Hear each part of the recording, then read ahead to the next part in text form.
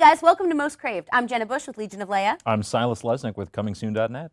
And this week we are talking about all things DC.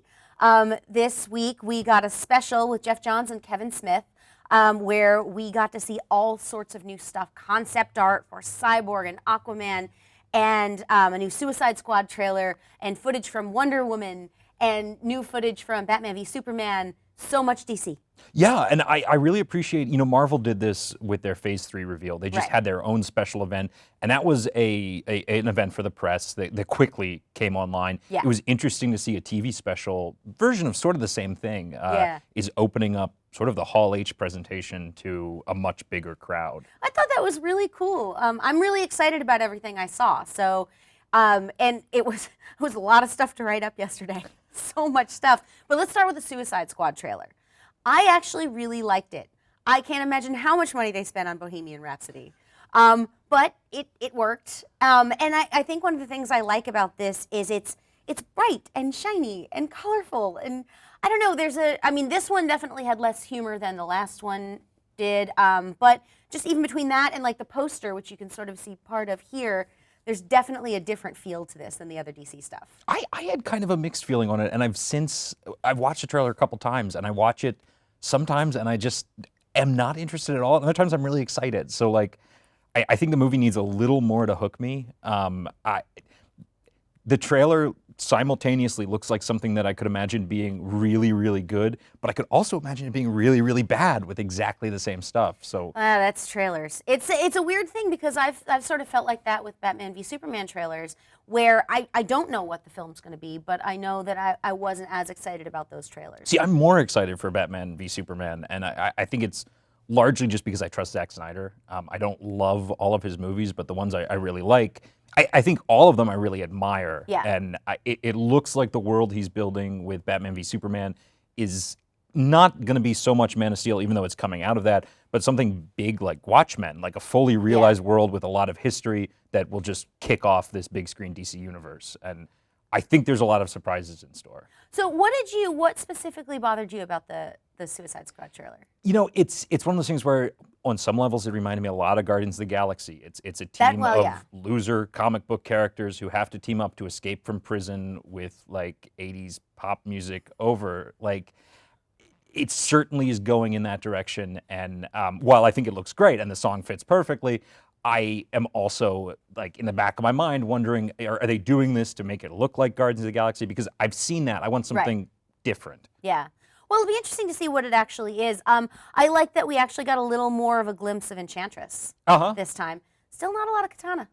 I want more of that. Show me more of that. I feel like all around it's one of these things where part of it is I just don't care about the DC characters quite as much. I love Superman. Superman's my favorite comic book character. You have a tattoo. But when it comes to the lesser characters like Enchantress, like Katana, like Captain Boomerang, it's just hard for me to like get interested. And one of the things that DC has done with Suicide Squad particularly, and the difference between DC and Marvel is Marvel treats its universe like this living, breathing thing that changes and has all these different facets, whereas DC likes to take its properties and run them over and over and over again until they get it right. And we've seen Suicide Squad appear as Task Force X on Arrow. We saw the animated film version of Suicide Squad. I really want the movie to be something different. I don't want, now we know exactly the story to tell, now we're going to tell it as a movie. I don't care about that as much. I hope that it's not the same thing that we've seen. One thing we're getting that we haven't seen before, solo Wonder Woman movie. That's really exciting, and it's cool to see the footage and just know that it's being made right now, that it is actually happening. I'm really excited about this. It's the first time it'll be over, just even seeing her in Batman v Superman, will have been around for over 75 years. This is the first time she's been on the big screen as a live action. Live action. And I actually really like the footage. I love the idea that it's set in World War I. I do too. Actually, my favorite shot in the footage is her looking in the mirror as like the Diana Prince, and it's World War I, and yet it totally feels like the Linda Carter TV show at the same time. Yeah, it was really cool. I have to say, that's the one I'm probably the most excited about. No one is surprised by this, I'm sure.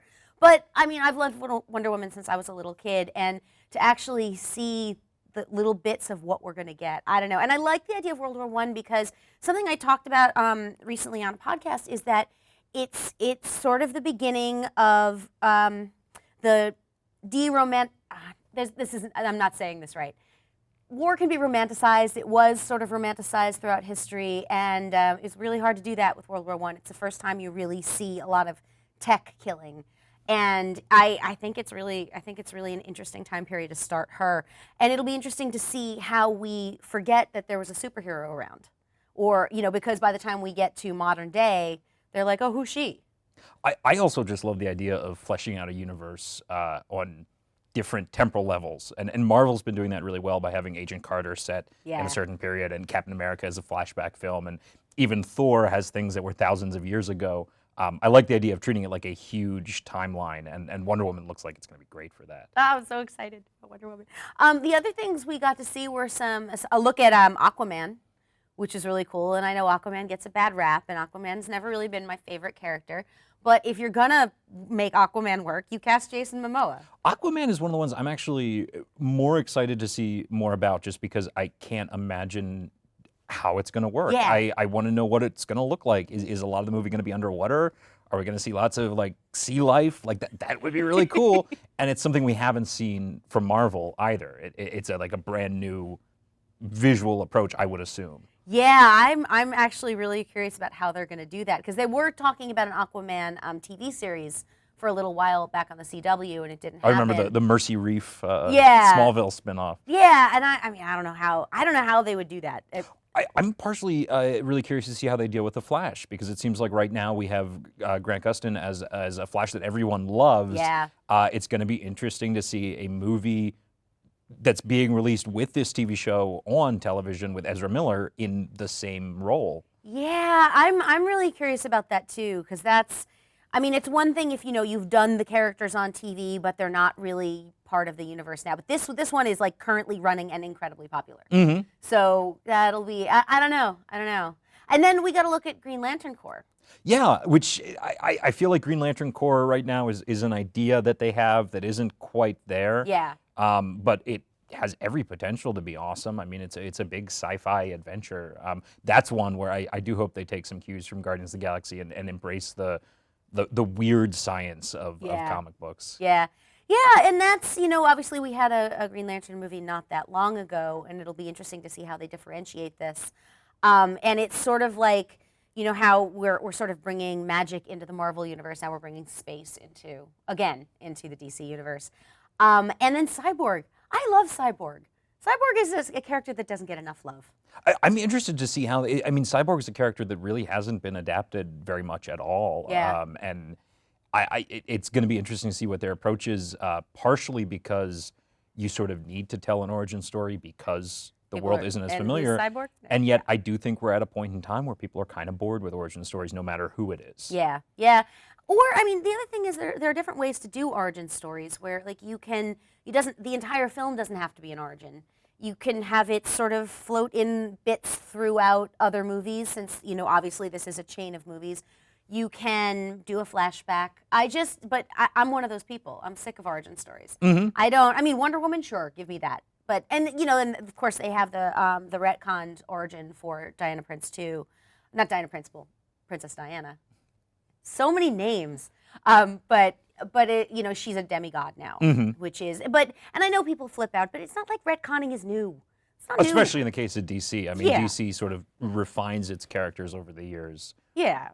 Whereas Marvel is theoretically the same Spider-Man that it's been since the 1960s. Yeah, but no, this is not new. So don't yell at me. I mean, I liked the original origin story, but I can live with demigod too. I did find it kind of interesting that this DC thing kicked off a week of DC television, but it also happened opposite Agent Carter's premiere. And it's one of the first direct examples we've seen of DC. I mean, there was the whole Batman v Superman coming out the same day as Civil War, which Batman v Superman ended up moving, because that would have been really strange to have both those movies come out in the same, and would have hurt both films. I think so too. Yeah, it was sort of interesting that's what happened, because there was a lot more focus news-wise on the DC stuff than on Agent Carter coming back. Well, I think part of it is because I even had trouble watching Agent Carter. I was trying to stream through the ABC thing, and it's hard to watch live. And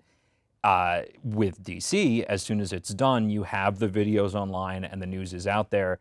I would say that in terms of DC, it is promotion versus Agent Carter, which is actually just episodes. You can Right, still right. watch it. They came out. There wasn't huge reveals about the future of the Marvel Universe. Yeah, yeah. So overall, I'm actually more excited now than I was before I watched, which I think is what they're trying to accomplish. Not that I wasn't already excited for Wonder Woman, but Oh yeah, I'm really excited to see where DC goes. I think one of the big problems that that's going to be having has to be dealt with is oversaturation, and to some degree undersaturation. Is you want to hit that sweet point of how many movies a year are people actually going to go see, and it's not just comic book movies. It's going to happen with Star Wars. It's going yeah, to happen with Harry animated. Potter. Yeah, we're going to get a lot of known franchises and. Yeah, I kind of think that's cool because I think that these like pop icons are just sort of our modern mythology, and that's how mythology works. I'm excited. I'm gonna be very broke next year. That's this whole year. I'm gonna have no money because it's all going here. Thanks, guys. All right, well, let us know which movies you're the most excited about and what you thought of the footage. You can follow us right here, Most Craved on Twitter, and we will see you next week.